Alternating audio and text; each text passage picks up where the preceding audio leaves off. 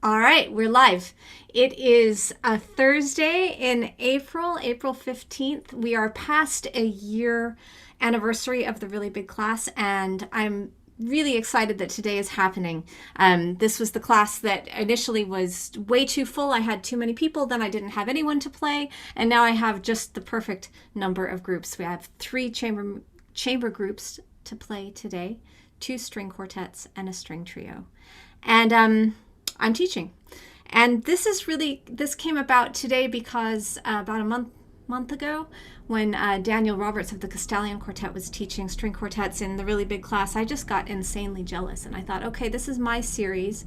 Why am I not hosting string quartets and string trios and listening to them play myself? So this is a completely self-indulgent evening where I just wanted to hear some chamber music. So I hope you all do as well.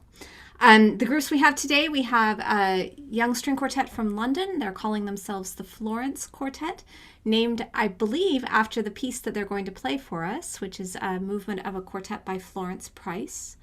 We have the Emmeline Quartet, a Manchester-based group, up-and-coming young professional group, playing some Mozart. And we have, to finish off the day, the class, a string trio from Salt Lake City, Utah, my hometown, and they will be playing some Beethoven. So this is just an amazing group of people to spend a few hours with, and thank you for joining us on YouTube or in Zoom. I always feel really awkward when I'm teaching and I have to introduce myself, but I'm Cecily Ward. I was the first violinist of the Cypress String Quartet for 20 years. We were based in San Francisco. We played concerts all over the world, new music, old music, a lot of Beethoven, and we disbanded in 2016. And at that point, I didn't really have any idea what I wanted to do with my life, and I ended up moving to the UK.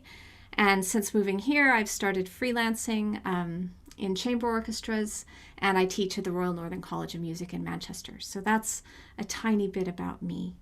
Our first performance today will be with the Florence Quartet playing, this is the second movement of Florence Price's first string quartet in G major. And it's a beautiful piece. I think it'll be new to most of us, and I will share the video now. So here we go.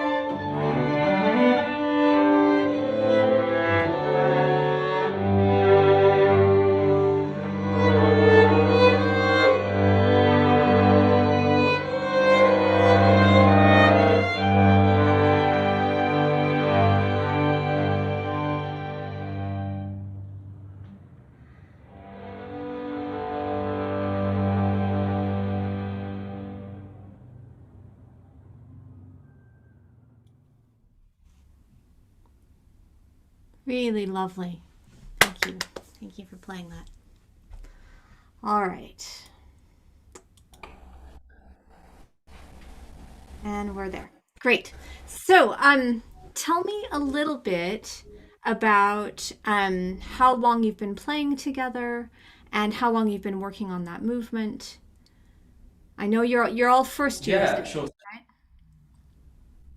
Yeah, correct. We're all first years, and we've probably been working on this for about a month. A Is month. it? Yeah.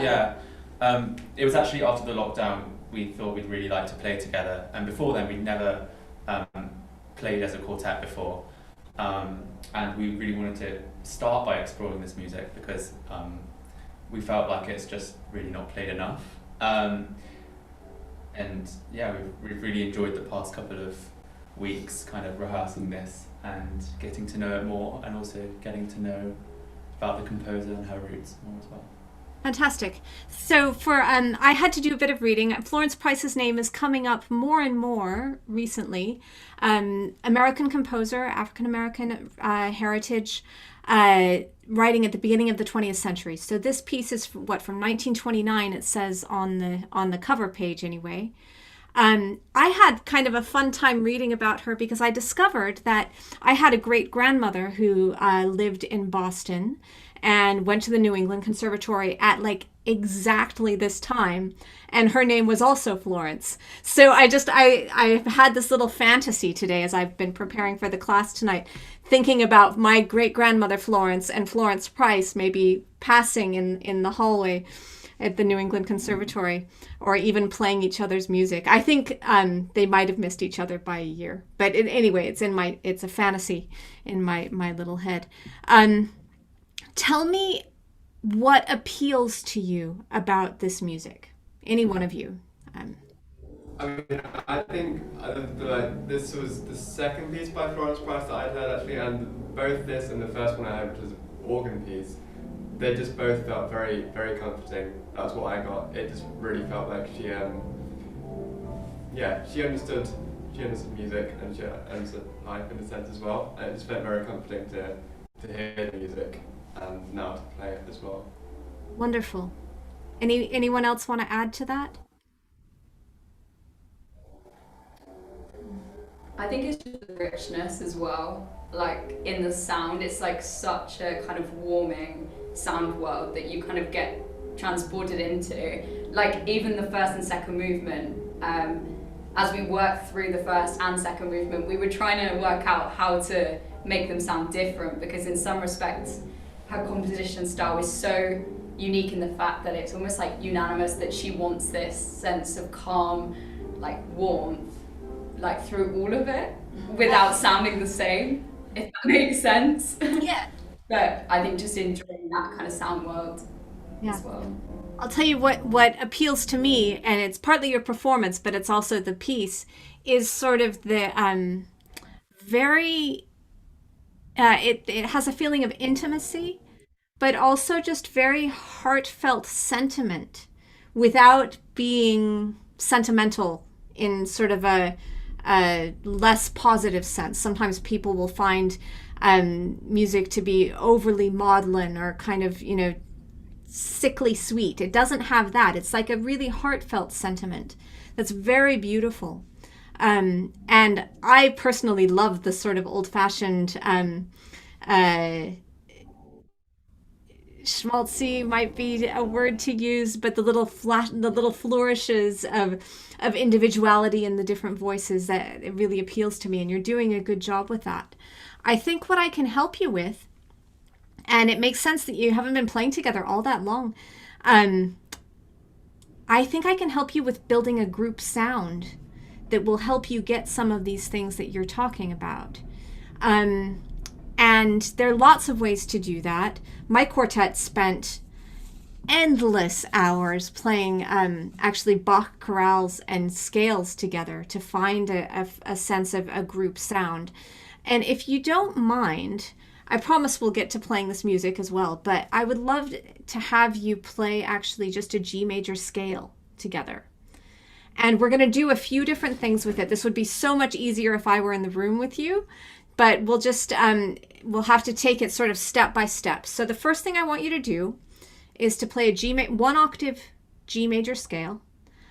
Space yourselves out. So let's have like open G on the cello. Can you still hear me? You've frozen. I'm worried that I don't have a quartet. They've frozen. Oh, they can hear me. So open G on the cello, open G on the viola. Let's go an octave higher, second violin, and an octave higher still, first violin. Wait. I'd like you to play 2 full bows for each note. So like G, G, A. All right? And just play the 1 octave scale ascending and stop.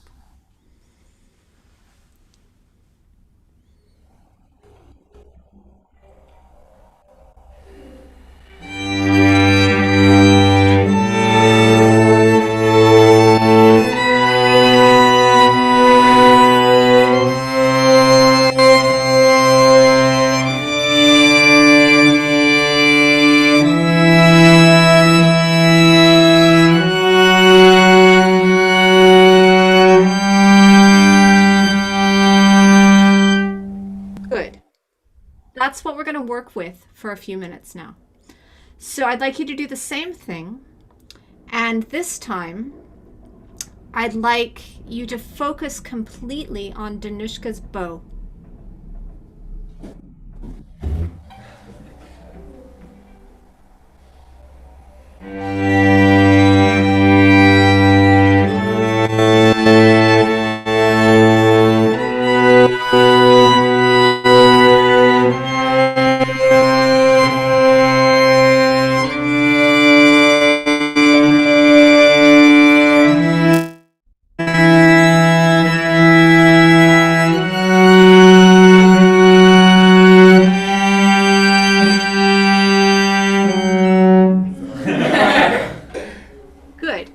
Starting to come a little bit more into focus in terms of the ensemble and really changing together.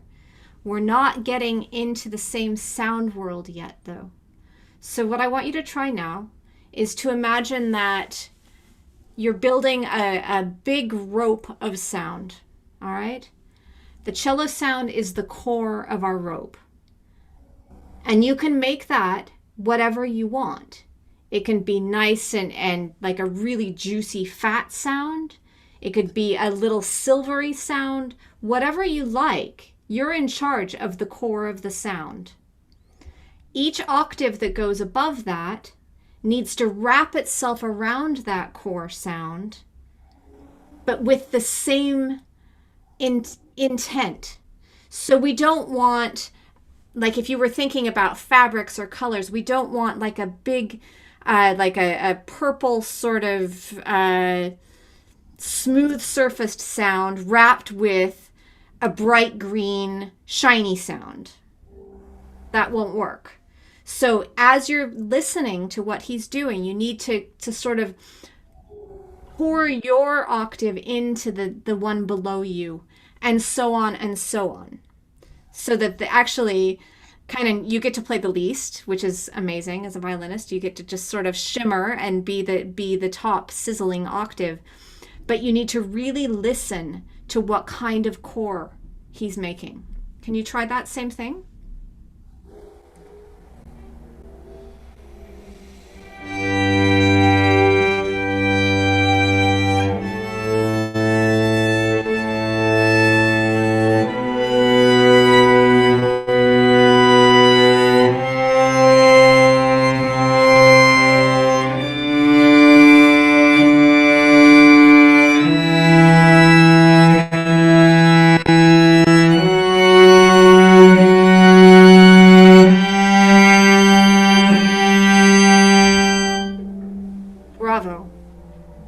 The difference when you listen that way, and it changes the way you play. Now I'm going to ask you to do it one more time and see if you can fine-tune the intonation now as well. So not only is he providing you with the color of the sound and the core of the sound, he's also providing the pitch, and even if you don't like it, it's right. Okay, So we're just adding one more sense to your listening.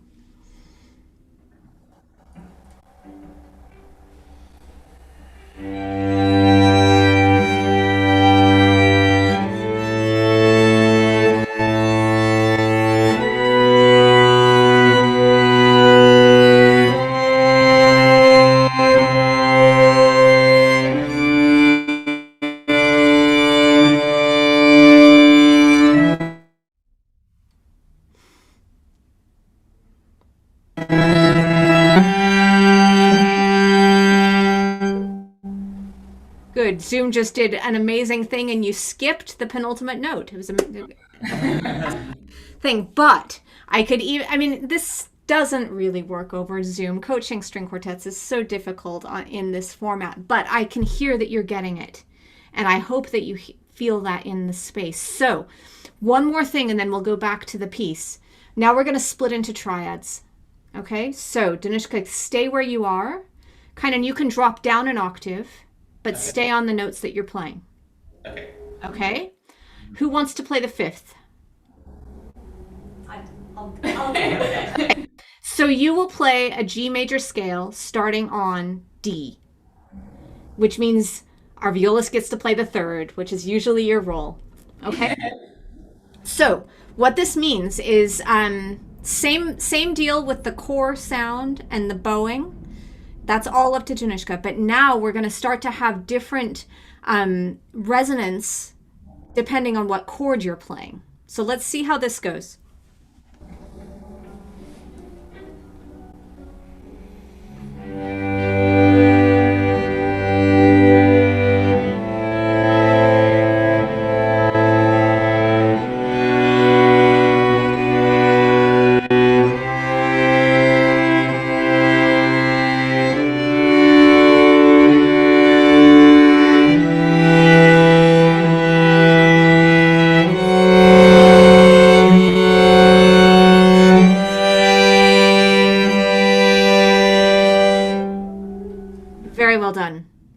What do you hear as you're playing? Can anyone describe the feeling of playing those triads that way? I think when they kind of sit, it kind of, instead of sounding like four, it kind of merges into like a kind of bubble almost. I think I feel a bit like you were saying about the band. I kind of feel like there is something that kind of ties it all together a little bit. When it's in tune, when it's really in tune, it just clicks. Yeah. I think it feels really rooted as well. Yeah. Like when it's completely in tune, it feels like everything makes sense from the bass up. But then, as Emily said, like when it's a bit kind of misaligned, it's a bit kind of four separate voices. Right. So now let's go back to the beginning of the movement that you played. And I want you to just, without doing anything else, just play again. Play the first 12 bars. Okay.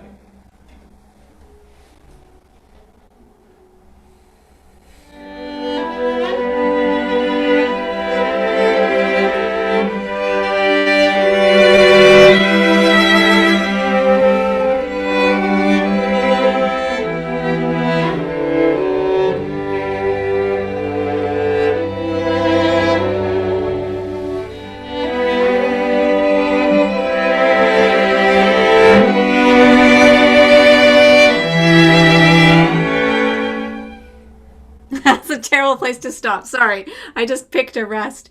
How does that sound to you now compared to maybe how it felt before? I just feel like I'm more proactively really listening outwards. It's really strange. It kind of felt like I was playing as if I was reading the score rather than just reading my part, you know. That's an amazing description of it. Yeah. So now we're going to do a few more things, but I have to tell you, it seems like it takes a little bit of time. Like there's never enough time when you're planning rehearsals, and there's always something that you need to do, or there's a performance you have to prepare for. Not right now.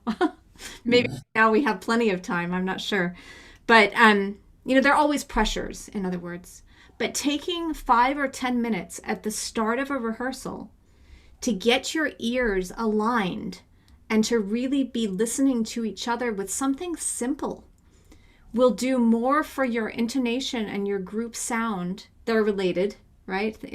Good intonation, it creates your group sound, and vice versa. It'll do more for that than spending an hour tuning every chord. I mean, I just promise you, I can tell you from 20 years of experience, it will just be quicker. It's a faster route to where you want to go. And I mean, that was very obvious just now, that when you went to the triads, suddenly your sound just kind of went, everyone's together, right? So now there's one other game I want to show you before I just talk way too much. And I think of these as games, really, as quartet games, but you can also think of them the same way when you're developing your individual playing. You practice your finger, the very little, whether you're obsessed with Dunas or Sevchik or Flesh or whatever your little finger kind of exercises are. There are your scales and arpeggios and double stops that we practice individually. There are etudes, our Kreutzer, our Rode, our Paganini, these things. And all of those technique builders make it so that when we go to play Brahms concerto, it's okay, right? It's not like things we've never seen before. As a quartet, we can do the same thing. We can have little etudes and games that we play. And for me, they're almost all about listening, that will build your skills as a quartet. So we're going to take the same thing, but I'm going to let you finish the phrase because that was just cruel. And we're going to do a few different listening games. So let's start actually by listening to, and I've forgotten your name and it's not in front of me, so I'm going to look really quick. Jenny, right? Okay, we're all going to listen to Jenny. Even though you don't have the melody all the time, you do have it a few times. But I want everyone listening to you, okay? And actually, that kind of means you're in charge.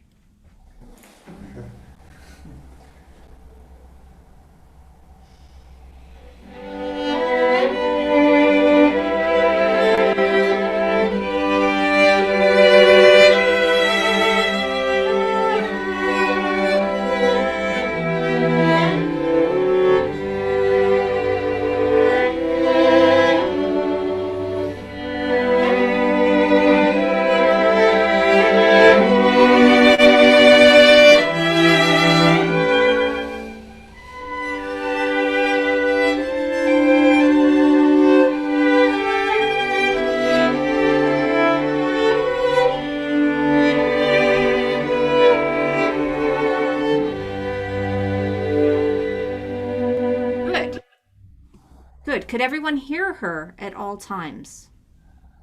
I don't, Did anyone learn anything?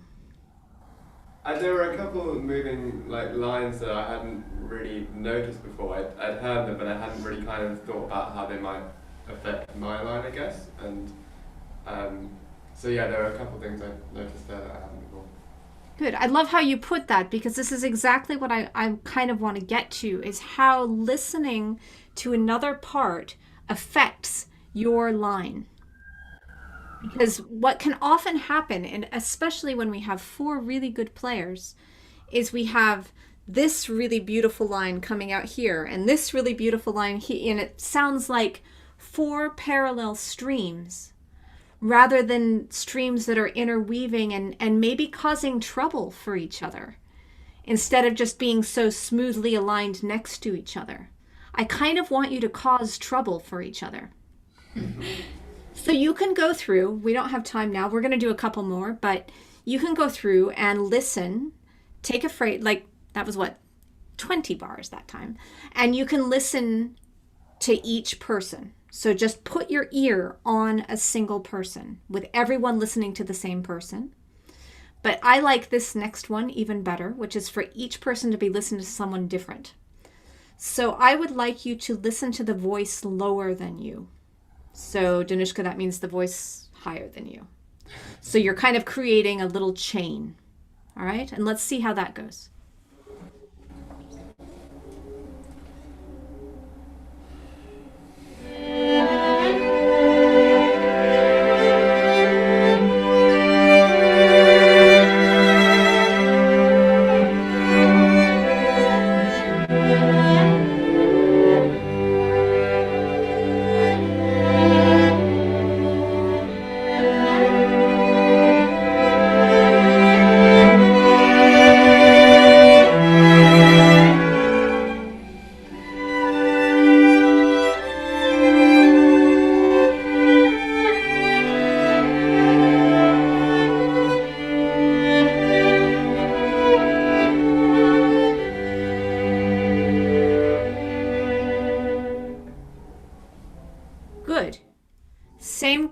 question, did you learn anything?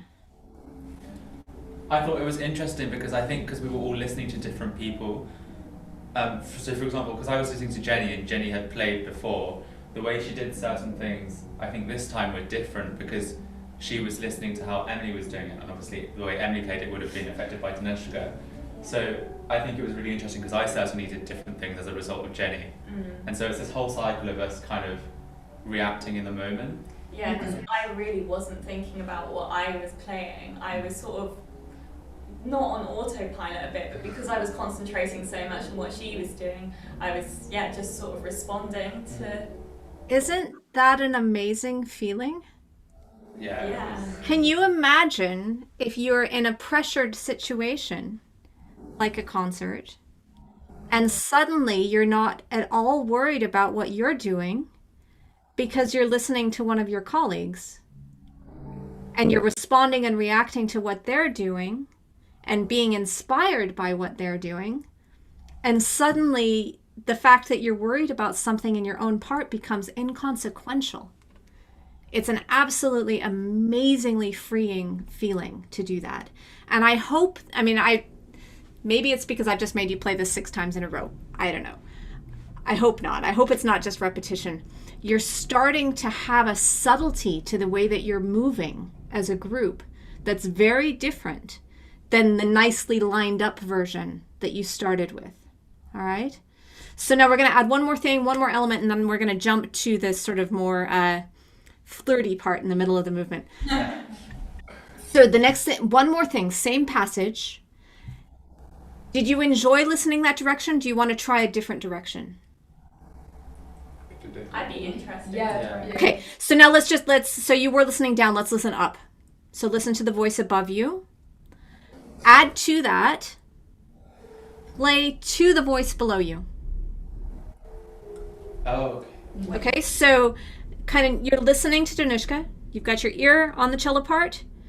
You're putting your sound at Jenny and saying, listen to me, listen to me, listen to me. Right? I mean, you can't really, but it's a mental game. Yeah. Yep.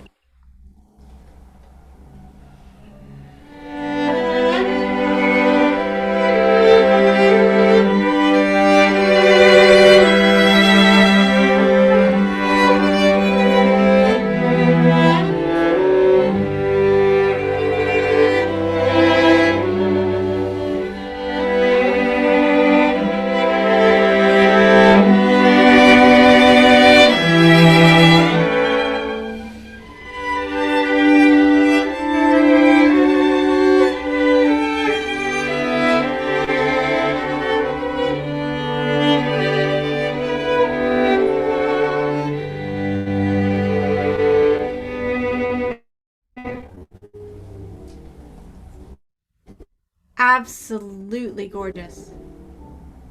Yeah? I mean, that's like so moving. Do you hear it? I hope you can hear that and feel that it's actually really a different kind of music. Yeah.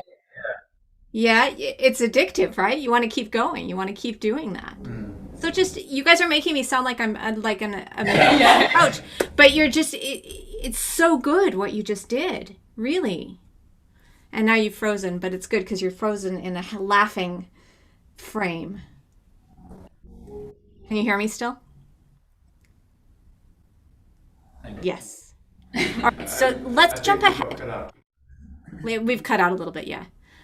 Can we jump ahead to bar? I'm looking for I'd love to hear bar 58 again. Did you hear that? Yeah. Yeah, good. Yes.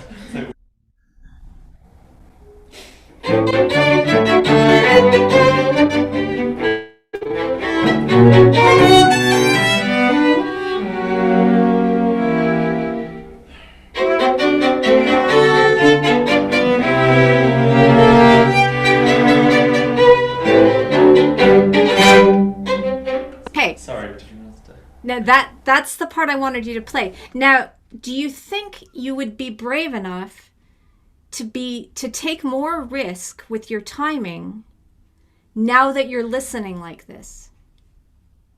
Can you try that? Yeah.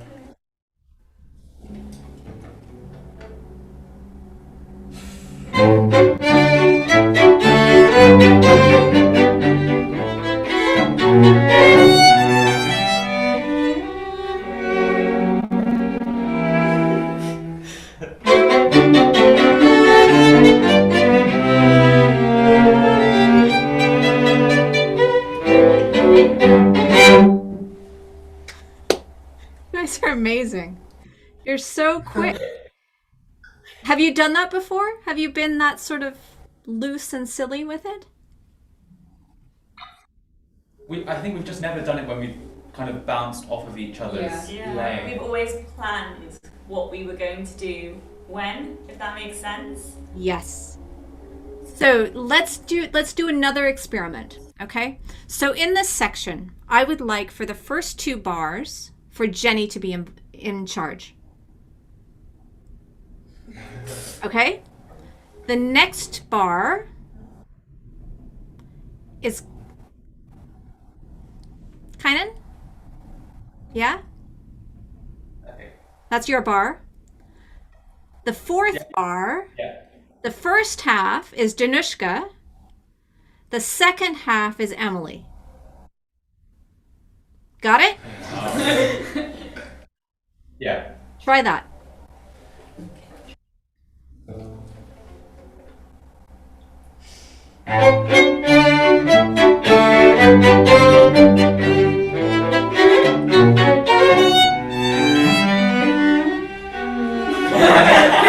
And I was count of when I was like looking at the wrong person. So happy you fell apart. That just makes Can me we try? happy. And the reason is because nothing bad happens if you fall apart. It just means it's not together.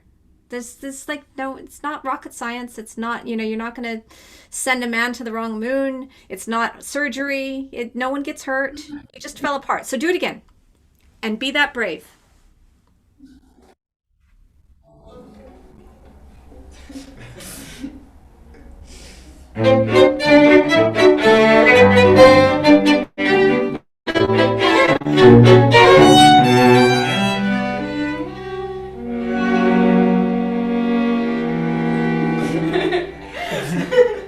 All right. Now, it might be a little bit contrived to break a phrase up like that between people. Let's talk about how to do something like bar 61, where you've got that triplet figure. What are you looking at to figure out where to play?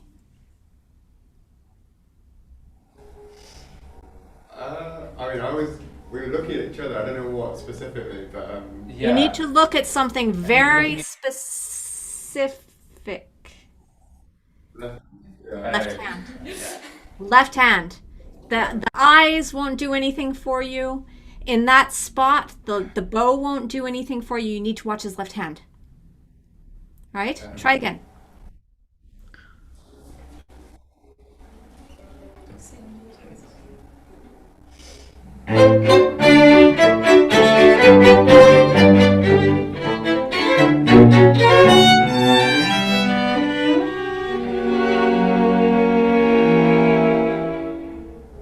All right, good. Now let's try one more thing. Close your eyes and play again. Just trust and listen.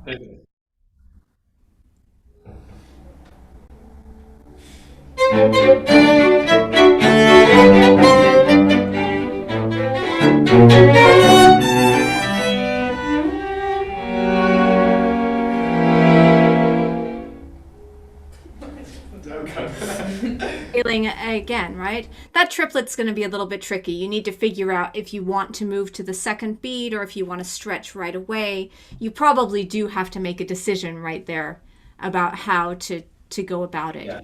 But all of those versions are infinitely more fun and more characterful, which is what we care about, right? That's what we care about is creating characters. And you were talking, Emily, a little bit about finding the different, like it's sounding a little, you weren't talking about it as a negative thing, but like it being a little bit one note, like everything having like this comfortable warmth to it.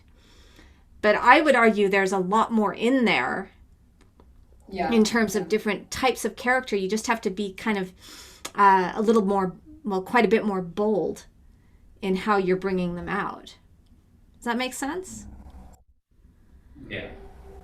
That's what I wanted to tell you about, is basically just how to I always think about it, it's sort of like turning the volume up on the listening, and turning the volume down on yourself so that you're just hearing much more of each other when you play, and causing trouble for each other, not making it just a smooth surface, but also supporting. I mean, I'm not saying that you should always cause trouble, but sometimes you need to give like a very supportive, beautiful background for the melody, or for the funny little highlight things in this movement. But it's all about listening and then just enjoying that feeling. You've really hit on some of the things that are best about playing in a string quartet. I mean, the way that you responded to those ideas is exactly why I love playing in a quartet, and I think you probably do too. So, do you have any questions? No, yeah, no, I was just gonna say I think it's been so valuable because we've never done like a warm up in terms of listening or anything, you know. So to know that, and just to see how much is kind of, you know, got I don't know, a matter of less than an hour, to think, you know, what we can include as we go on it's really great. I'm looking forward to the next one. Yeah. Fantastic. I'm so happy to hear that. And that, you know, there you can do it with scales, you can do it just with the piece. I mentioned Bach chorales. If you take a chorale book and just each of you take a line, you have to be, your violist has to be happy to read bass clef, but you can switch it. Put the cello on top. We did this whole, my quartet was doing a lot of the late Mozart quartets at one point, where the cello is sky high a lot of the time. So we would play our Bach chorales with the cello on top.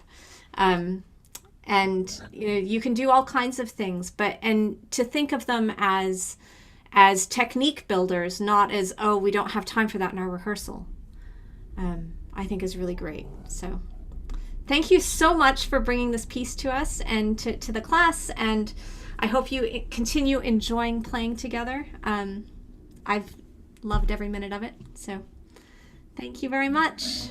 Thank you very much. Thank you. Bravo.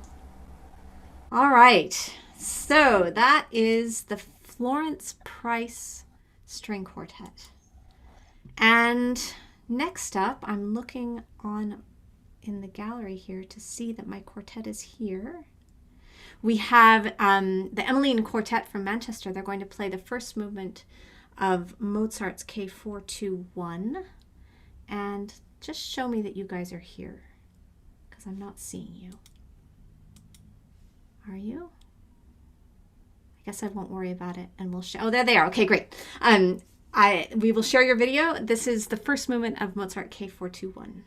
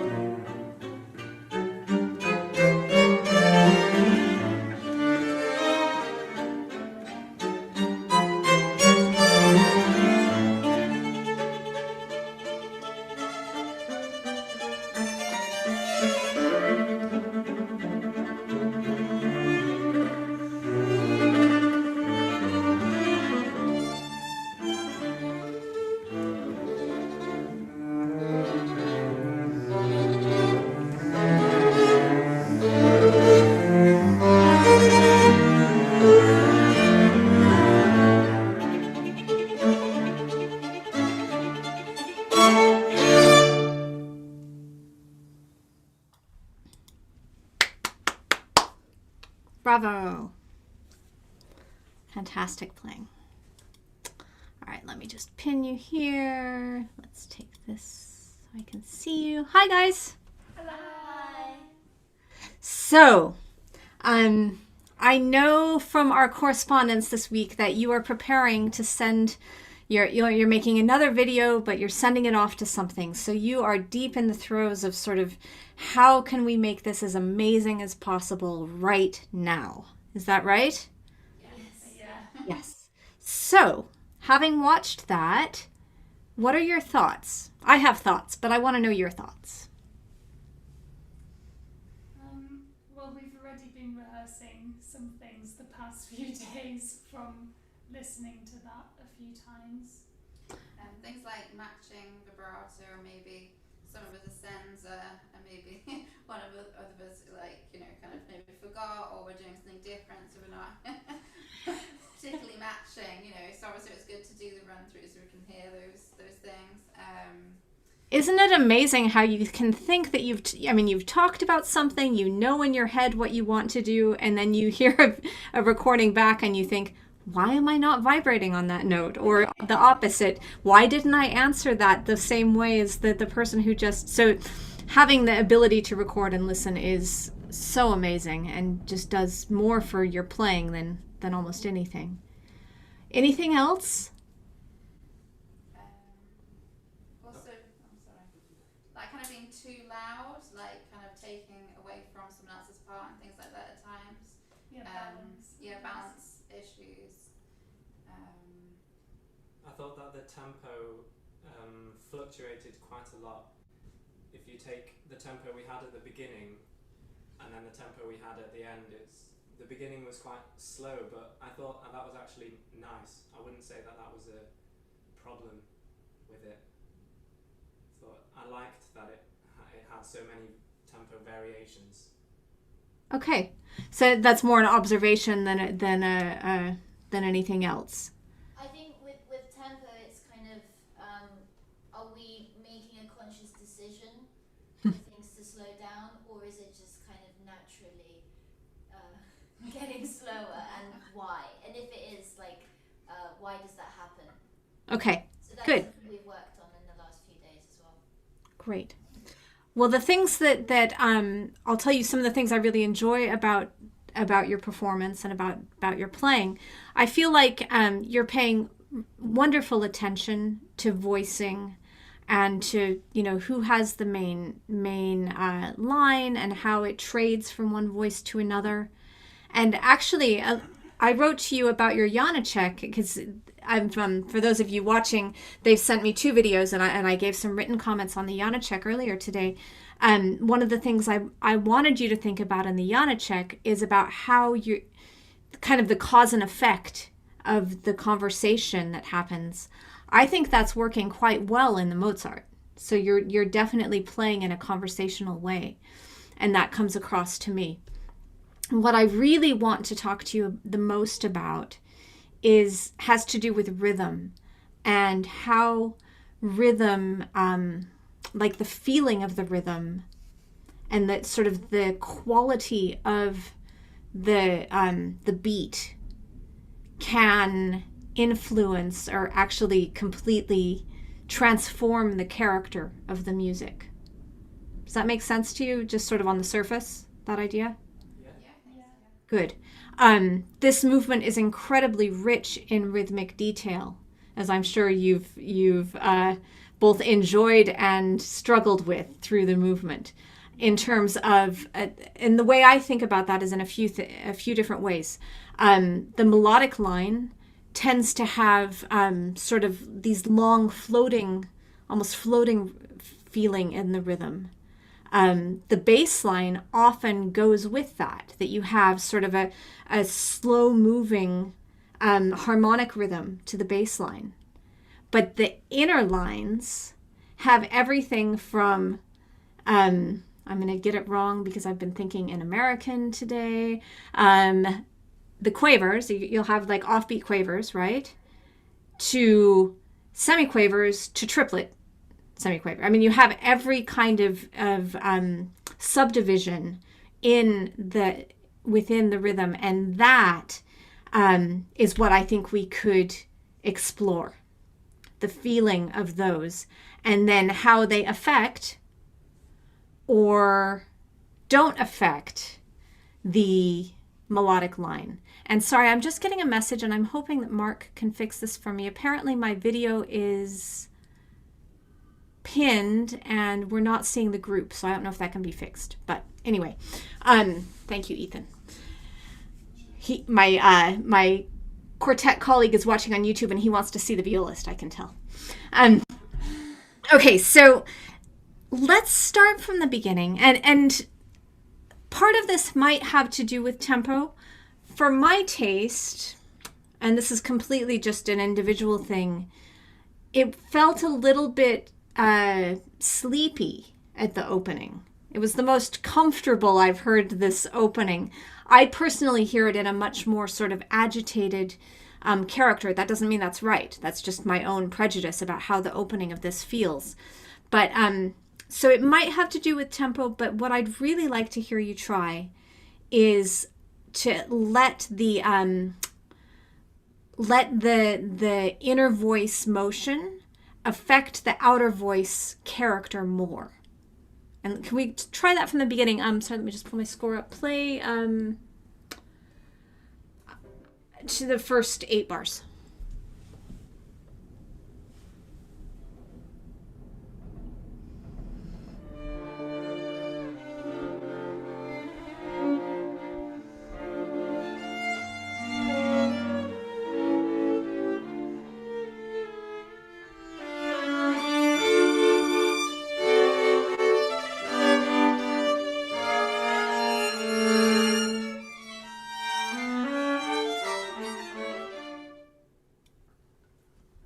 Good. Can one of you, or all of you, tell me about the character that you're imagining for the opening of this? We've discussed that it's kind of like an onstage whisper. And what is the whisper about? We've come up with different storylines. I think one of them was that it was kind of like some sort of tragedy has just happened, and the narrator is like telling the audience, whispering to the audience, behind that curtain is a really negative thing. And what happens at the forte? The curtain suddenly is thrown open and the negative thing is revealed. I love it. Okay, could you play it one more time?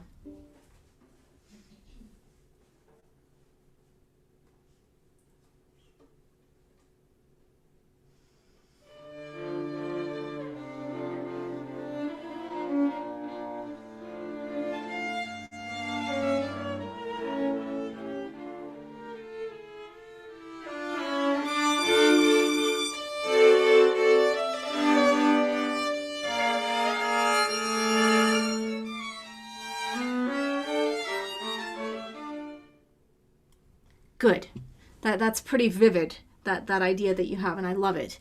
Let's try a few things. And normally I would be a little bit more drawing things out of you, but I think in the to try to get as much done as we can in a short amount of time, I'm just going to give you a few things to try.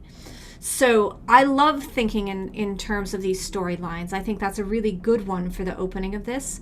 I also like to think personally about the characters that are on stage, and obviously you're not going to stay, there are only 4 of you, and this is a grand opera, so there are a lot more characters than 4. But let's think about, try this. So we've got our singer, our main person, in this case the first violin, telling the audience in this whisper about something that has occurred. What is the cello part? Are you a character on stage, or are you in the pit?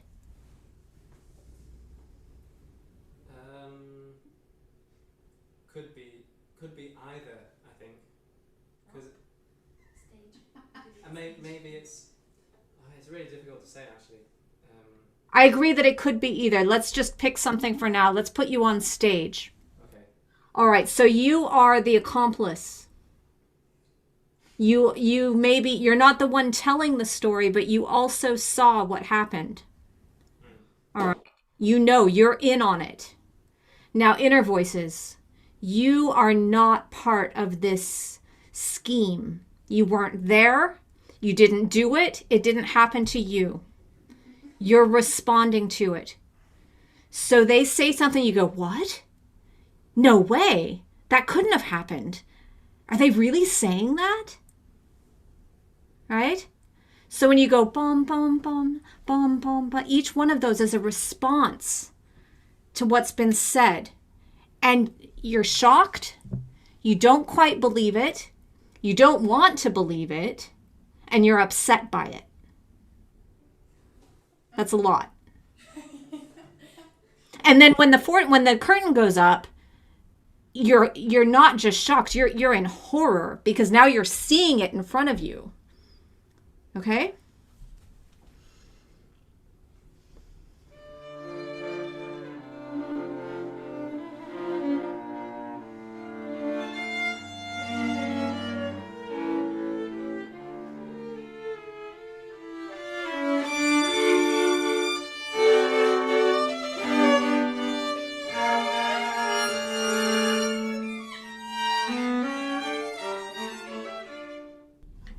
Great. It's a little bit different in terms of how you're reacting to each other. Now, one more thing for you to try, which is now I'm getting the response off of the beat, so I'm getting pom pom pom pom pom pom. That's responding to the half bar that they're giving you.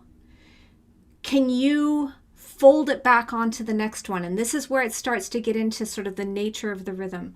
So I'm trying to decide whether to get my violin, and I'm not going to. It's over there. So now I'd like you to think if you're just being kind of analytical about it, the last of the group of three connects to the next beat. So bum bum bum ba bum bum bum ba bum bum bum ba. See what I'm saying?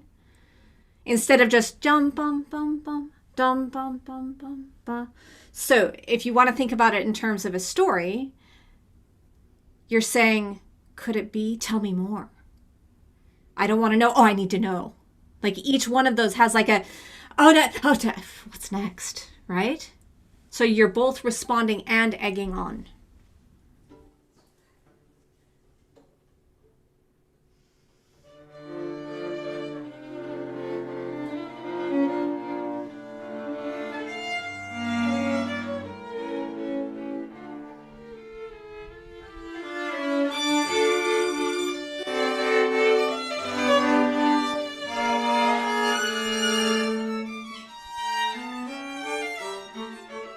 Good. The piano was fantastic. Did you feel the difference? Yeah, I think so. Yeah, it sounds different to me. Now, maybe it's just how I like it. I like it to be a little bit more sort of angsty than you gave me before, but I think it has another layer. Few more things to try in this opening, and then we'll try another section.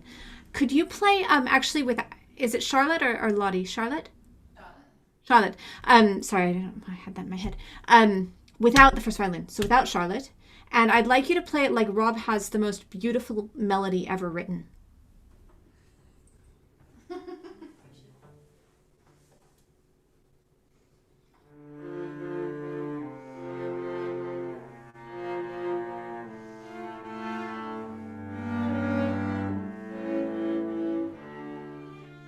Good. And then you join them with their rhythm. So why is that kind of a funny thing to think about? It's just a scale, right? Could you play it again? And Rob, could you play with a little bit more tension? Feeling the tension, not tension in your body, tension in the intervals. So that you're not moving quite so easily from note to note. Like you don't want to relinquish that D, because when you get to C, there's trouble. Yeah. Right?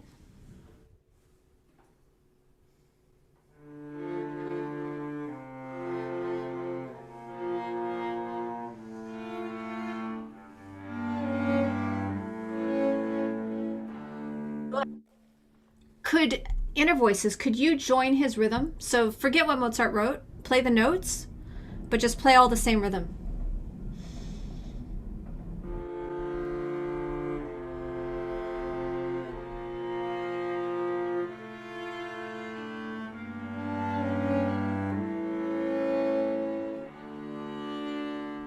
Now, could you all pulse all of the quavers? So play yum bum bum bum bum bum bum bum beam.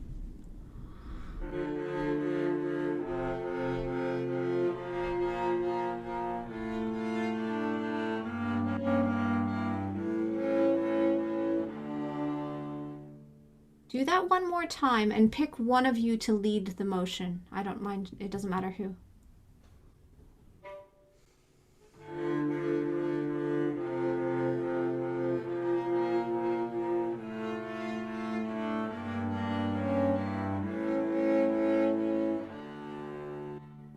Good, now play it as written.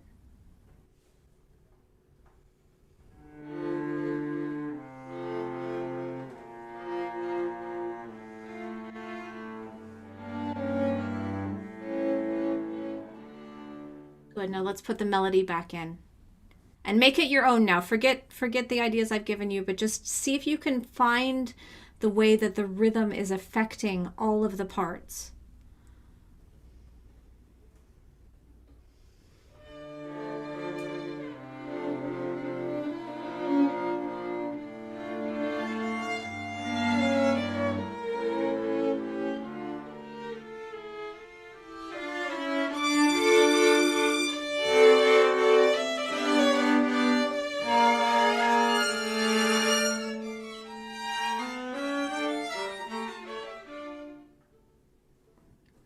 Do you like that?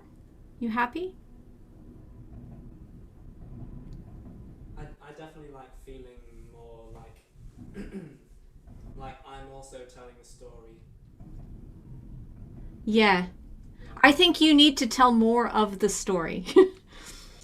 Because while the first violin line is incredibly beautiful, when you have that underpinning that becomes melodic instead of just the bass line, which is a terrible thing to say. I should never say just the bass line. The bass line is everything, right? But when you have that as sort of a melodic element, it's very freeing for the first violin. And I'll tell you, my goal as a first violinist was always to do as little as possible, and hopefully my colleagues would make me sound good. That's what I always wanted, was to just feel like my part could kind of sit on top of this incredibly intricate thing underneath me. Good. Let's go on. Just go on. Play from yum bum bum ba.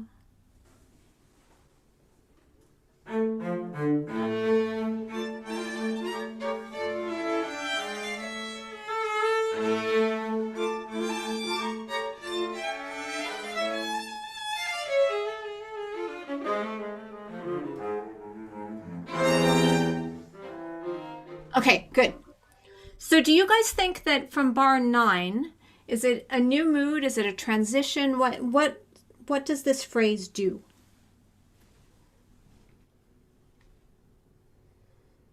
Yeah, I think it is maybe not a new mood, but it's more energetic. Okay, do we have a new cast of characters on stage? Maybe the same characters, but like a different scene. Yeah, you see. Okay. I would encourage you throughout the movement to think a little bit more in these terms of like, oh, did that really just happen? I mean, if you've seen a Mozart opera, how much of the time do you spend thinking, really? That just happened? I mean, a lot of it, there's a level of absurdity even though it's high drama, right? So I think you could have, I am going to get my violin, which may be a mistake, but we'll see. So after this incredibly lyrical business that you've revealed at the beginning, suddenly you have this.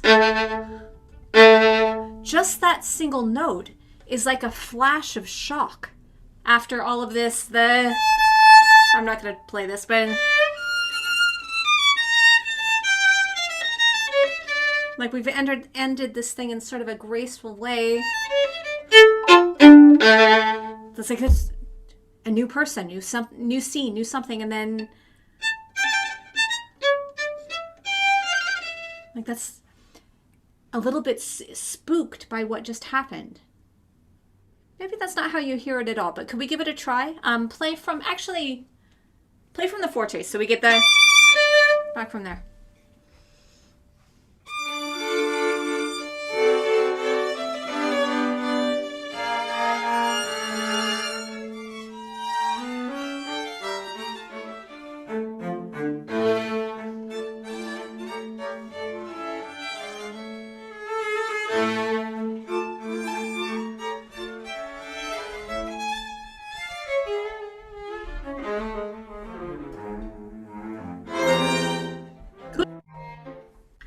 For me, that's more effective. I don't know how you feel about it. And throughout this movement, and actually throughout a lot of the Mozart quartets of this period, you have these kind of strange dynamics. I don't know how you feel about them. Some people sort of smooth them out and don't try to make the fortes and pianos so different from each other or so sudden. But I think if you're inclined to make them kind of what's on the page, the more sudden interpretation of them, if you think of them as either sparks or jolts or shock, they make a lot more sense. So that this one was great. Then you played. Now I don't know what edition you're playing on. In mine, this line is marked mezzo forte without crescendo. What do you have? Yeah, I have that. So you kind of went, which is cool. That sounds good. But I wonder if you went more like again, thinking as a character sort of popping out of the side of the stage going, hey, I don't know that this is okay. And then you've got a real piano with no crescendo and then something like that. Does that make sense to you? Yeah. Do you want to try again? Just play from and just humor me and make your dynamics a bit more experimental and a bit more shocking.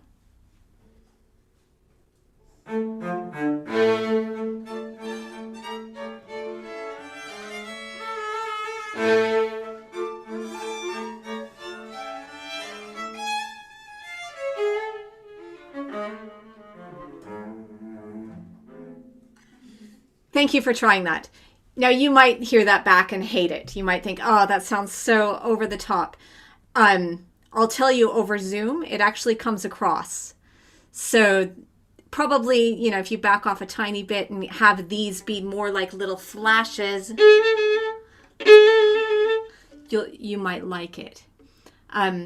Good. So I would just go through and be a little bit kind of what I was saying to the first group, like cause trouble for each other a little bit. I don't want to, you have to make this recording, tomorrow, I think you said. So I don't want to throw a huge wrench in the works. But you've played together enough. You know how to listen to each other. That a little trouble will be good, a good thing, right? There's one thing before we're out of time that I want to try to help you with because it happened each time. And that's the big triplet run in the first violin part, the F major triplet run. I don't have the measure number in front of me. Do you know where that is? 31, do you mean? Or 31. There's nothing wrong with your run. It's not about the first violin part. It's coming apart. The ensemble comes apart there each time. Do you feel that? Yeah. Yeah. It happened in the recap as well. So something is happening. Something's going amiss in the ensembles. Can we try that? Yeah. Could you play from my favorite part, bar 25?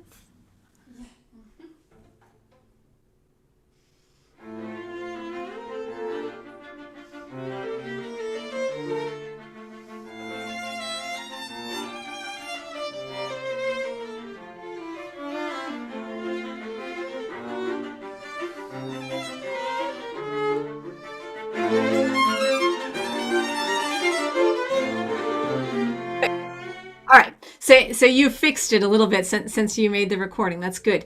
But I want to give you a quick sort of quartet, if you want to think about it as a quartet etude, to try that might help just in general. So let's take, because we're sort of an F right here, let's take an F major chord. Okay, let's have Rob play an F, Charlotte can play an F. You can decide who's going to play the third and who's going to play the fifth between you.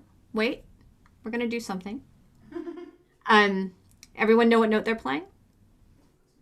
Yeah? All right, could you please play in the tempo that you were just playing?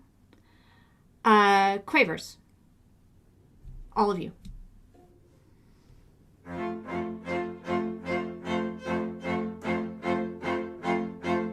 Okay, good.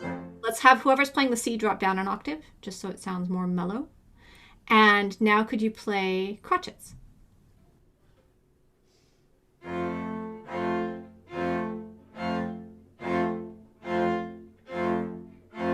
Good. Now let's go to minims. All right. Now you're going to get assignments. So Rob, you're going to play minims. Charlotte is going to play... You're going to play quavers. All right. Inner voices, you are both going to play whatever I didn't say yet. Crotchets, right? Yeah. So, yes. Okay, so we're going to have 3 subdivisions going on at once.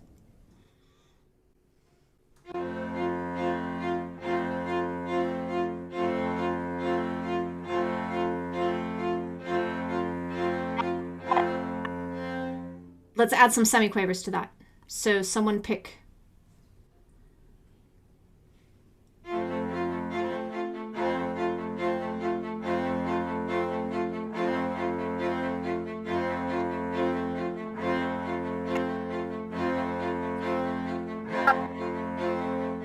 Stop. I'm going to give you, this is much easier to do in the room than over Zoom, but basically I want you to do a bar of that. And then I want you to trade. So take over whatever the person on your right is doing. And do that for a bar and then trade. This is like gears working together. So you're going to trade every bar. And hopefully we will continue to have all of our subdivisions. Got it?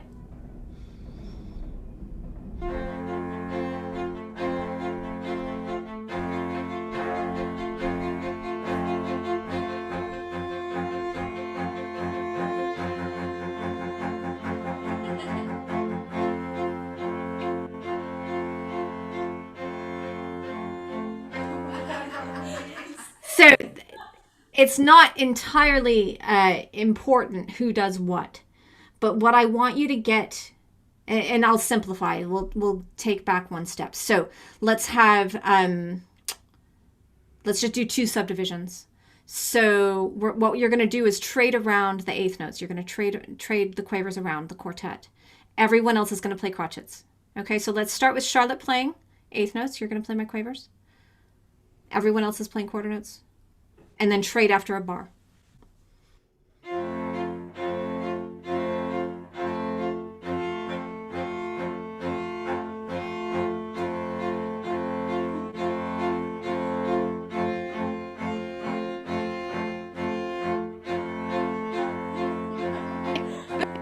So now you've gotten the idea.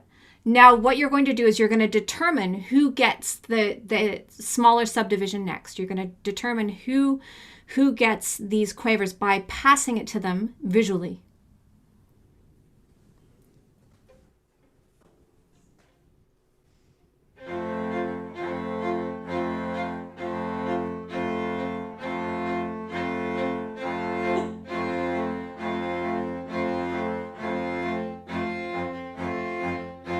Okay, good. That's now our pattern, but now you need to do a better job of matching each other.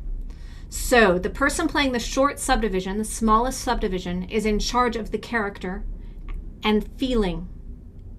The people playing the longer subdivision need to match it and also match each other. So this is more like what we actually do when we play string quartets. Do you understand what I'm asking? Okay, try.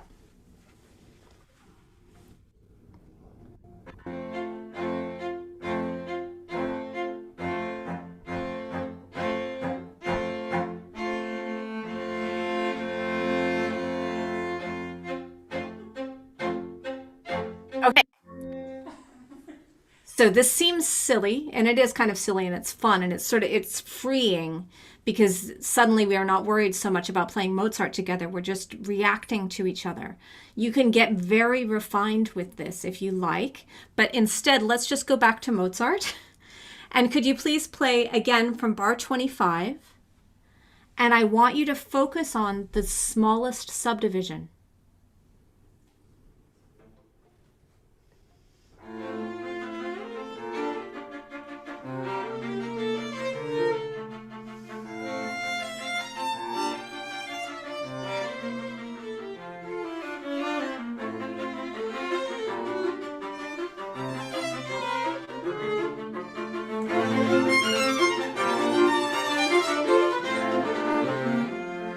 Good. Good. Did you hear that sort of this is kind of like cleaning crystal. So once you wipe off a couple smudges of the crystal, you start to see all of the fingerprints and all the little things. But did you hear the level of clarity that started to come when you're listening that way? So any kind of rhythmic game like that you can play in terms of your listening and your attention will make the ensemble that much easier to find. The place at bar where the triplets come in, bar 31, you have so many layers of complexity there. You've got the slow-moving bass line. You've got bum-bee-da, and ba-ba-bee-ba-ba-ba-bee-ba, da-da-la-da-la-dee-da-la-da. You have every kind of subdivision happening at the same time. And Charlotte, I'll just tell you that if you can concentrate on your... I haven't played this for a while, but on the first up bow, the first big triplet up bow, I don't know what your fingering is, but if you think about that, it'll help you stay with them. Okay. Because what we do, because we're worried about the arpeggio, is we go, right? And we play that brilliantly, but that's where you're coming apart from them. The same thing on the later one. It's that first up bow triplet. I used to actually think to sort of sing to try to get that out. And I started on the G string. I don't know what fingering you do, but no shift, and it sounds cool, but you have to get there. I hope that helps. Do you have any questions before we're out of time? That was really helpful. Yeah. Thanks so much. Oh, you're very, very welcome. I love this piece. I love hearing it. And you play really nicely, really beautifully together. I hope my comments on the Janáček made sense. I didn't have time to sort of get into that. I wanted to talk to you about sort of textures and how to pull a melodic line away from the sound of the lower voices. But I think you probably understand what I mean with that. Sometimes all it takes is just giving one person a different kind of bow speed, or having, the bass line might have, or the lowest voice might have a different kind of sustain than and actually you're doing that in the Mozart. So take that idea from the opening of the Mozart, where the outer voices are both melodic, but with different kinds of sustain, and see if you can find some places in the Janáček to use that idea, because it's so difficult to find the voicing in that piece, because it's kind of muddy. And plus it's incredibly hard to play. So you're constantly trying to go like this. And I know that feeling very well from that piece. So thank you very much. Thanks so much. Good luck, and see you in person sometime, I hope. Yeah, definitely. That would be amazing. All right. Just to call attention for those of you on Zoom, Hasse Borup has posted an article to do with Mozart, and you all might want to take a look at this. Hasse is a professor and the coach of our next group and knows a lot about string quartets, so check that out as well.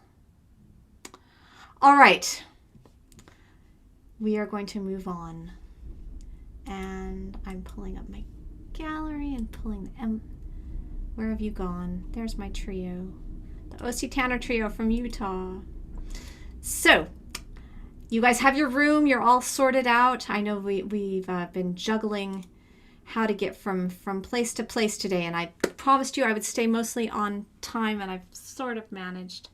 but I have to just say something because I am so excited that I have a group from Utah playing. I've been doing this class for a year and I haven't managed to have any performers from Utah until today. And you're from my hometown.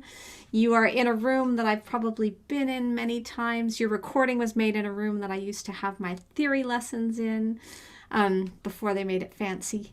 So I'm just so thrilled that this worked out for you to play today. Thank you for making it happen.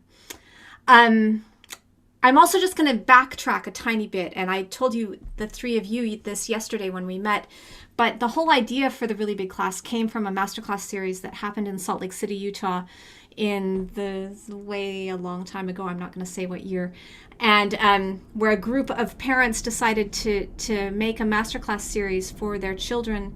There were a bunch of us who grew up together studying music, and we played together on Saturday mornings at a house in the Avenues, and the guests from the orchestra would come give classes. Leonard Brous, who I believe, Maddie, is your teacher, he gave one of the classes that I remember playing in right when he joined the Utah Symphony. Joey Silverstein gave a class when he was the conductor there. Some really amazing people, and it was life-changing for me to have those opportunities as a very young violinist. And that's part of why I wanted to do the really big class, was to sort of have a group of people coming together to listen to music together. So that's that. You have a movement of Beethoven, a good friend of mine, to play for us. So this is the first movement of the C minor trio, and we'll share your video.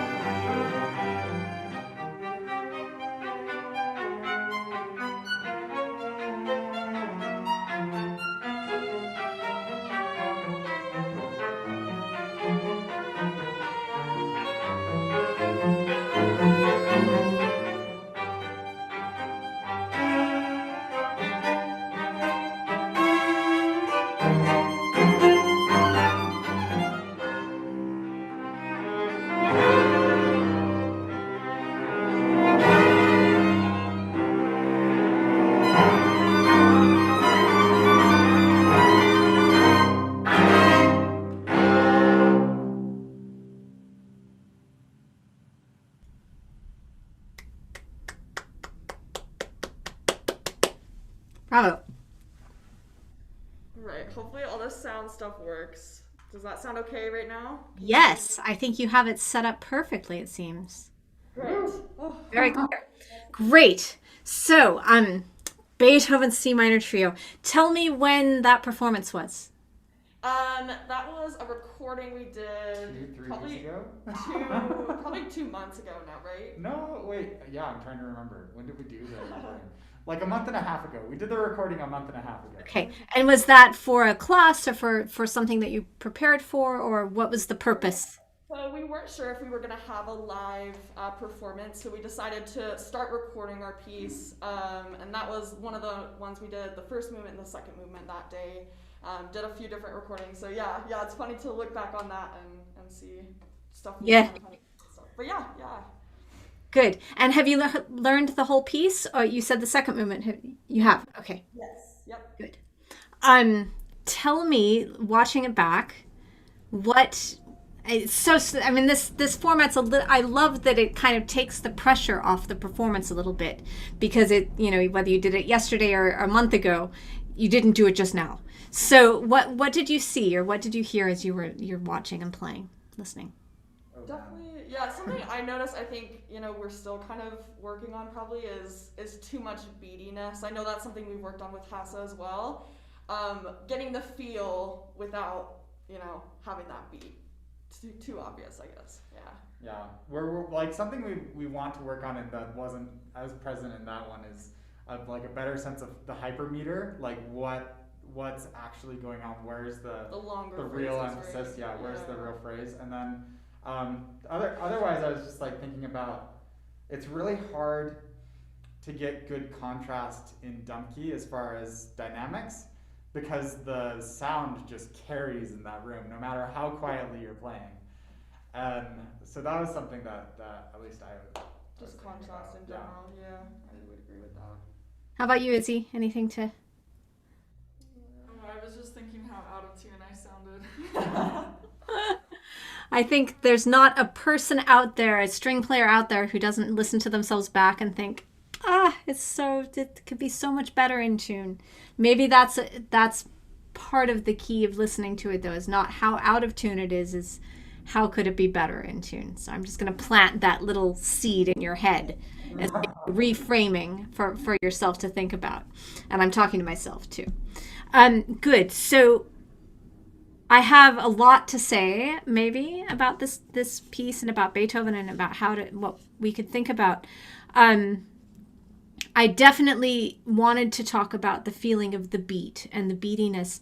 For those of you not looking at a score, this is a very, to me, kind of unusual marking for a first movement of Beethoven, because it's marked Allegro con spirito. Okay, he starts to use more and more words as the later period, you'd have 6 sentences about what the movement should be. But Allegro con spirito, in 6/8, in C minor. And C minor is a meaningful key to a lot of composers, certainly to Beethoven. 6/8, the meter causes us trouble, doesn't it? What do you typically think of when you think of something in 6/8? 2, right? You're going to think it in 2. And I think dance when I see 6/8. I mean, it just sort of comes to mind that, it must be, and Allegro con spirito, it must be a dance movement. No. I mean, maybe it is. It's got dance elements to it. The second theme is certainly a dance character. The young bumpy, that has more of that kind of feeling. But it causes trouble, this 6/8. And I think the more we can forget about those dotted quarter notes, I can say dotted quarter notes and you know what I'm talking about. It's such a relief. The less we can think about this 1, 2, 1, 2, and the more we can think about sort of the seething, long line, like you were talking about, sort of the hyper rhythm of it, the better. And I want to try a few different things with you, thinking about, one of the things we love about playing chamber music is we are suddenly free of a conductor, right? We're making all of our own decisions. We don't have to follow the rule of the person in front. And yet I'm going to encourage you to play as if you have like an internal conductor, and to think about what a very fine conductor would be showing you with their beat.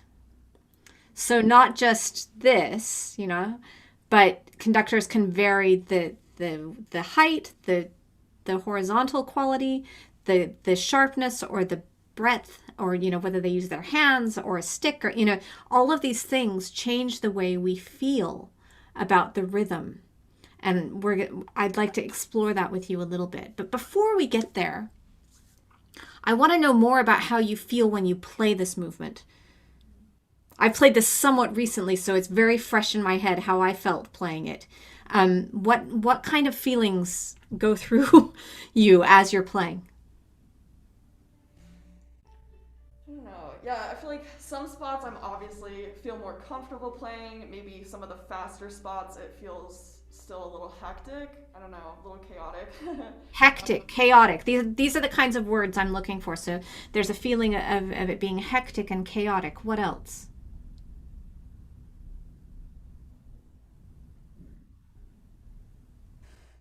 I don't know. There's some very, very interesting spots where the tonality changes, and it like freaks me out because I'm like, whoa. Yeah. What's with the G flat? What's with the G flat major all of a sudden? What are we doing? There's definitely, I feel this like underlying tension throughout almost all of it. There's the spots that kind of relax, but there is just the key, especially. I mean, I don't know. Yeah, I feel a sort of tension under all of it. So an underlying tension that hardly ever lets up. Yeah, right. Right? A feeling of, whoa, where did that note come from? Right? I get a feeling of it being, there are places where it feels manic, and like you have to change character so quickly and so radically. Now that's something that I think about when I think about late Beethoven, or later in his compositions. My quartet had this crazy experience of learning the string quartets backwards. We started with the late quartets and didn't learn the Opus 18s until our last few years together.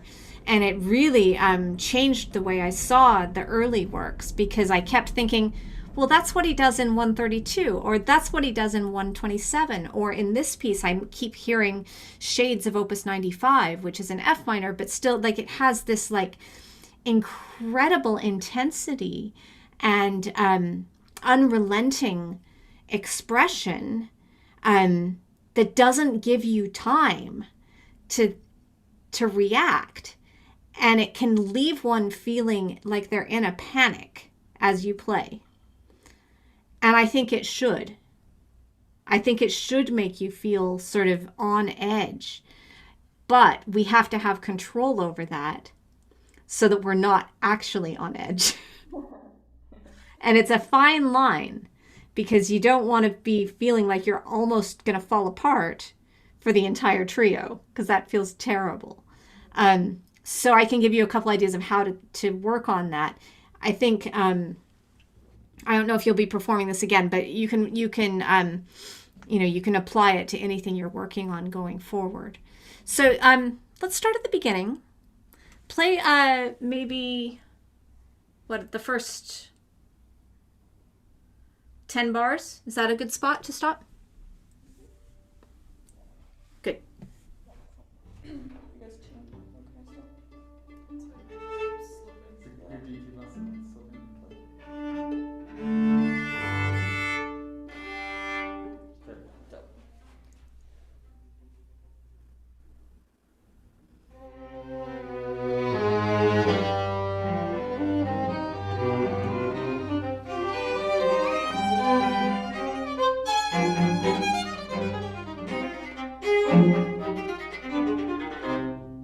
Good. So you haven't even gotten 10 bars into the piece and we've got some weird stuff going on, right? Could you play just the first 4 notes?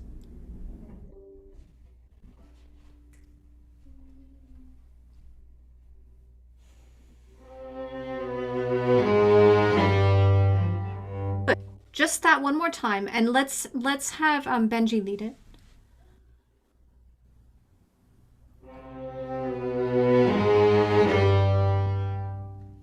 Good. Always better when one person leads. It doesn't really matter who.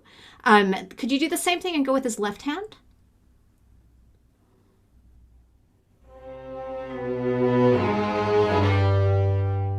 Wasn't quite as good. Can you really lead them from note to note with the way your left hand moves?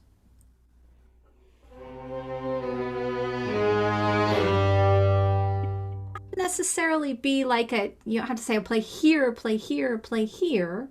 Play the way you normally would, but just show the intent with your left hand.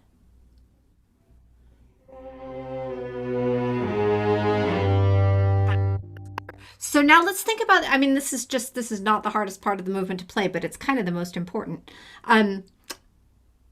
Let's think about the way the beats move.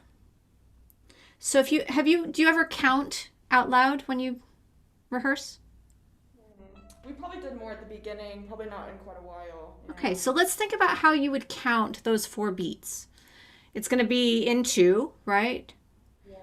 Starts on 2, that's a little unusual. So would you count like 2, 1, 2, 1? Or what kind of feeling would the beat have? Just try it together. Let's see what comes out. No playing, just counting.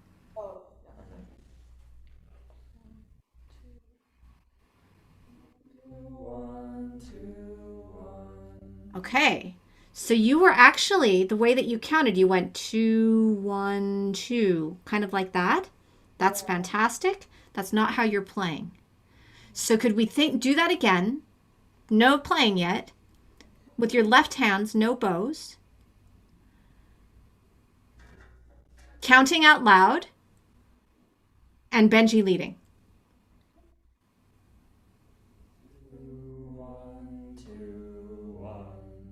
One more time and really unify the way you're moving. 2, 1, 2, 1. Good. So this is I never thought about this. This is a benefit of masks. So you can't see the way you're about to count, which means that your left hands are really what's putting the notes down. I love it. I studied with Don Weilerstein for a long time, and he used to talk about how the left hand would be like what was writing the words down, and the bow would be what was speaking it. So now your left hands need to write that down. You can speak it with your bows now, but what I want you to imagine is that your bows are now going to give the direction to the phrase. Instead of just dividing, I don't know, you're doing the first 3 notes on one bow, instead of just dividing it equally, really sculpt the sound now with your bow, the way that you counted it.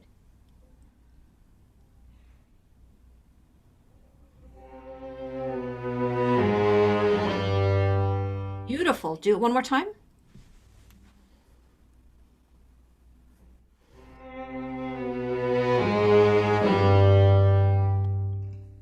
That feels very unified and sounds good. Does it sound good in the room? Does it feel good? All right. So now you have a problem. I'm just going to create problems for you. I'm not going to solve them. Because now you have to go on with da da da dee da da dee da da dum, right? So you have a choice. You could do what you just did, which felt like the... And then you'll have to start the rhythm again, probably in the cello part. Or we could start to think something like...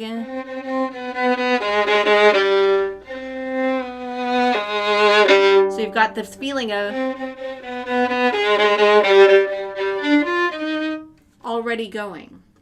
Does one of those things appeal to you more than the other? Yeah, that's subdivision. To me, yeah. All right, so let's add the feeling of subdivision. But what you're not going to do is go ya da da dee da da da da. You're not going to bounce it, okay?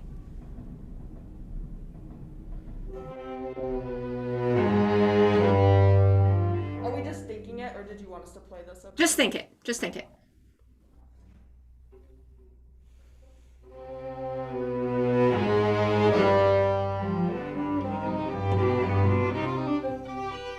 That worked. That felt unified. Now just just for contrast, Yeah. let's try not doing that. So what you're going to do is play the da dee da just without feeling of subdivision. Dee da dee. Then Benji, sorry, I'm pointing over here because you're right here on my screen. You're going to go dee da da, and you're going to start this rhythm. Okay?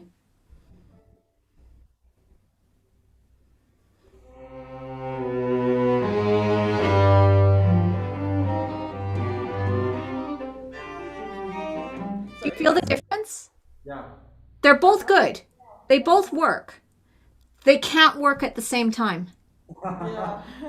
And I have a feeling there are quite a few places in the movement where you might have two things happening at the same time. Either one of them would work, but you can't do them both at once. To me, that's a little bit more dramatic, to have it sort of kind of come out of nothing, stop on the G, and then da-da-dee-da-da-dee-dee, start. It's a little bit more dramatic and sort of just, I don't know, weird. But the other works just as well, right? And then adding to that, because Beethoven doesn't make it easy, now you have to start thinking the faster notes. So it's not enough to just go, he's a. So I would say every time you approach a subdivision change, think the new subdivision, the half bar before you have to go. So if you're...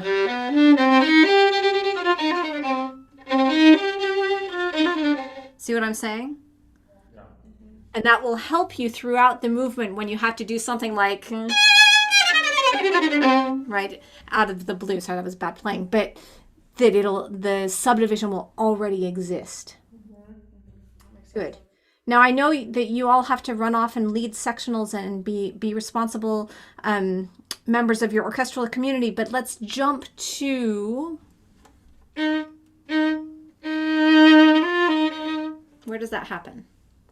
That's measure 21, right? Actually, let's not jump. Let's go on from where you were. So play from, just play from the beginning again.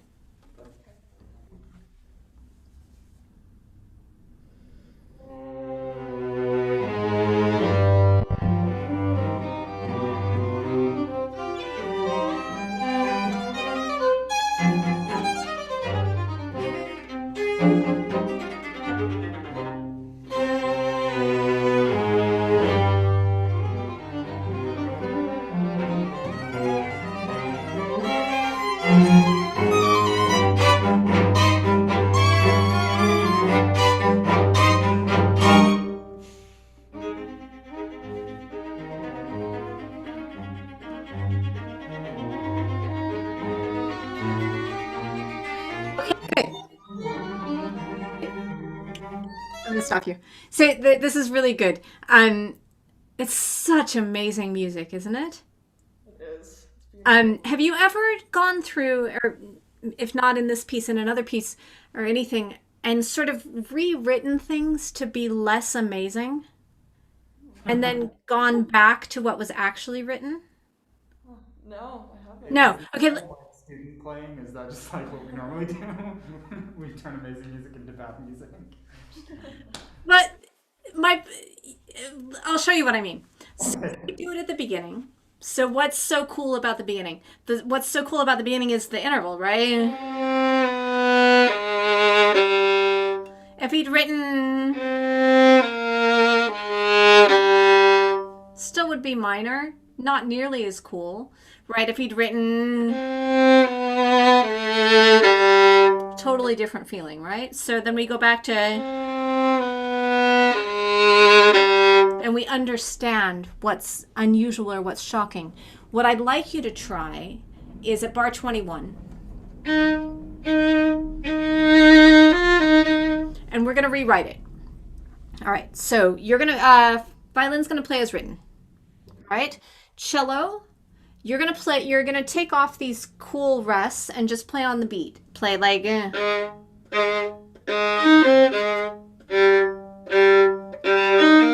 like just uninspired, ordinary, but fine. There's nothing wrong with that. And viola, let's take you to something simpler, like, all right?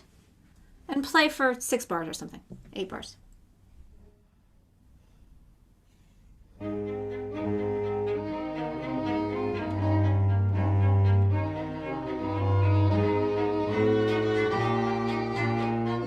Okay, good. So not good. That's terrible. But do it again, and you understand this sort of recomposition that we're going for, and make it sound nice. Make it sound like Beethoven's less inspired contemporary.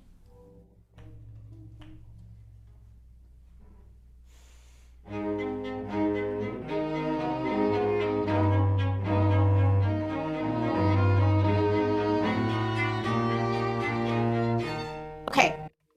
So you see that could have been written by someone. They could have decided to write it that way. Now let's add one element at a time back in. Let's put the viola part back to normal first.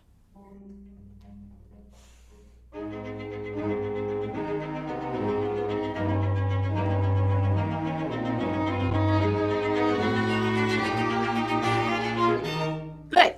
So what, I mean, you can think about this in any kind of term that appeals to you. I'm a little bit hungry, so we're going to talk about food.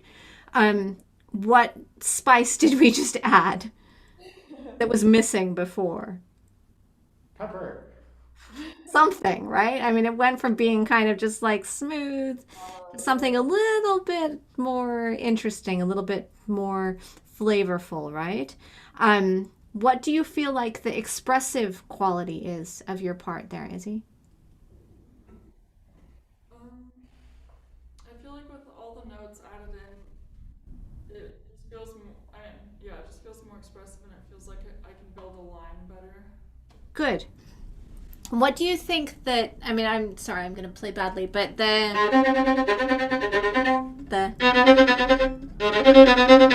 because he could have added the rhythm and still kept you to, but that kind of leads us to the next bar, right? Could you play that again, still making the cello part the less inspired contemporary of Beethoven, but could you show us everything that's cool about the viola part? Everything that's amazing.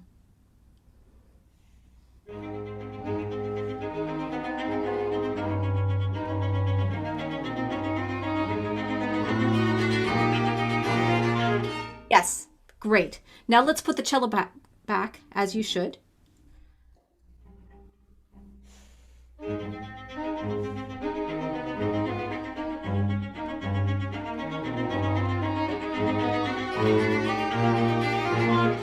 Good. So, Benji, what do you think? Why did he write it that way? I think because it's unexpected. Like, usually the grounded bass notes are always on. Yeah. And to have it jumping off, but still feeling completely, I don't know, grounded. It's still what's predictable, but it's not on the normal space. And it's so wrong. I mean, it's just so wrong that you come after every beat. Could you play it? Try thinking of it like you're late. Like you're the person who's always just, one step behind where they're supposed to be. But you're following. You're in the, you're coming. You're just a little late.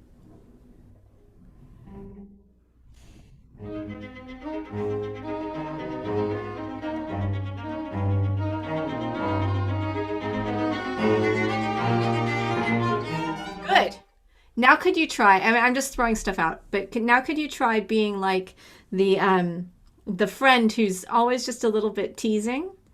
And you're poking a little bit of fun at your violinist friend over there saying, why are you playing so normal? Let's do this a little bit.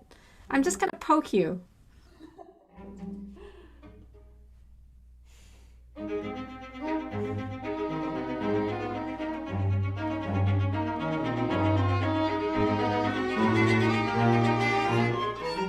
Good. And then Izzy, when you play that last bit, sorry, my score keeps turning off. My iPad's going to die. When you play yodel-ledel-ledel-dum, can you convince him, like, no, come on, just play on the beat. Enough already. Let's come back to something a little bit normal. And so he's responding late to the beat. Can you... So now we have 1, 2, 1, 2, 1, 2. Can you give 1, 2, 1, 2, 1? Like give it a feeling of like anticipation that you need to come back to the feeling of the downbeat. Does that make any sense? I didn't put that very well.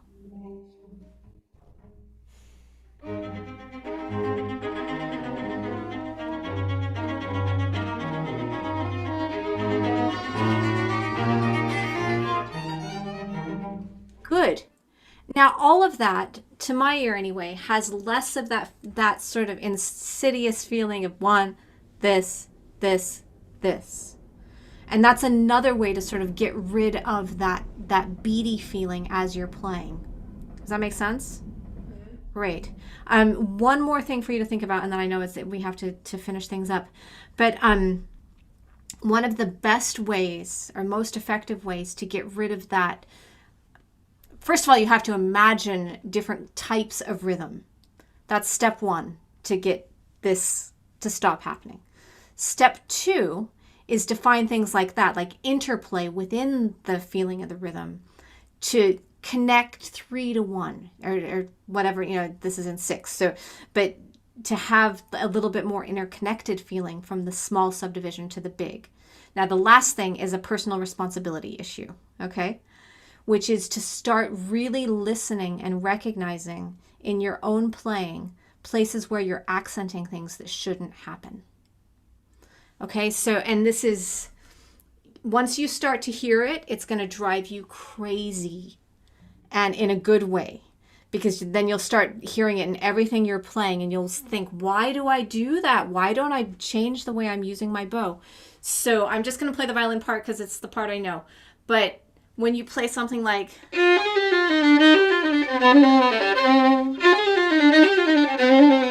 I'm not playing the right notes, but if you use the same amount of bow on each slur, it's going to go 2, 1, 2, 1.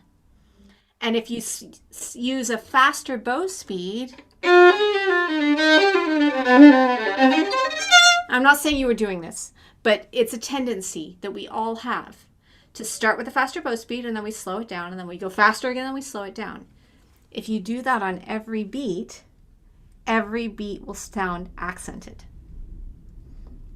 So you need to take some time in your individual practicing, and I'm sorry to use this passage, but maybe you just need,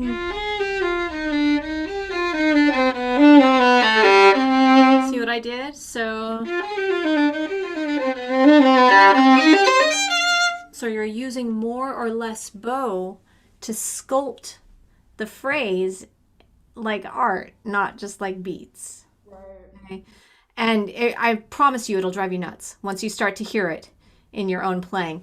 Even things like, the big stuff, if you accent the first note, it'll take away from the sforzando. So any note after a rest will already sound accented because it comes from silence. So you have to work extra hard to take the accent off of the note that doesn't have one. And it is not easy. It's a pain. And it's so worth it. Because then things start to jump off the page sort of in 3 dimensions instead of being more what you were reacting to and not enjoying in the playing. Does that make sense? Totally. Yeah. Good. Thank you for explaining that. I feel like that's definitely what I needed. The one thing we didn't get to was the idea of rehearsing thing in like ultra slow motion, which is what I would do to sort of get away from the feeling of being manic all the time. And it doesn't mean manic in like Beethoven being manic. It doesn't mean playing things just like, It means taking everything that you want to do in terms of the character, the dynamic, even this bow distribution idea, taking it down to like half tempo and working it into your arm and your brain. It's your brain that has to be able to function in hyperdrive, right? So you can do that as a group, you can do that individually, but practicing in just like ultra slow, but not ultra boring. It's like I always use this analogy, like you're turning the volume up on the expression while you're turning the tempo way down. If that makes any sense. That definitely does. Yeah. All right. You've been given permission to be late to your rehearsal. But I think we should probably wrap up anyway. So thank you very much, and enjoy the rest of the piece and your time together. Sorry, I'm out of frame because I put my violin down. Thank you. Thanks so much for being here. So much. Say hello to my mountains for me. Yeah, we will. Thank you so much again. This has been wonderful. I'm going to just pop into gallery view for a second. If anyone has any questions, I'm happy to entertain questions, or we can call it a day. Yeah, thank you. We're getting some really nice comments in the chat. Thank you for playing, and thanks for everyone who helped me put this together. To Hassa and to Laura for bringing your friends, and to Emmeline to playing. All right.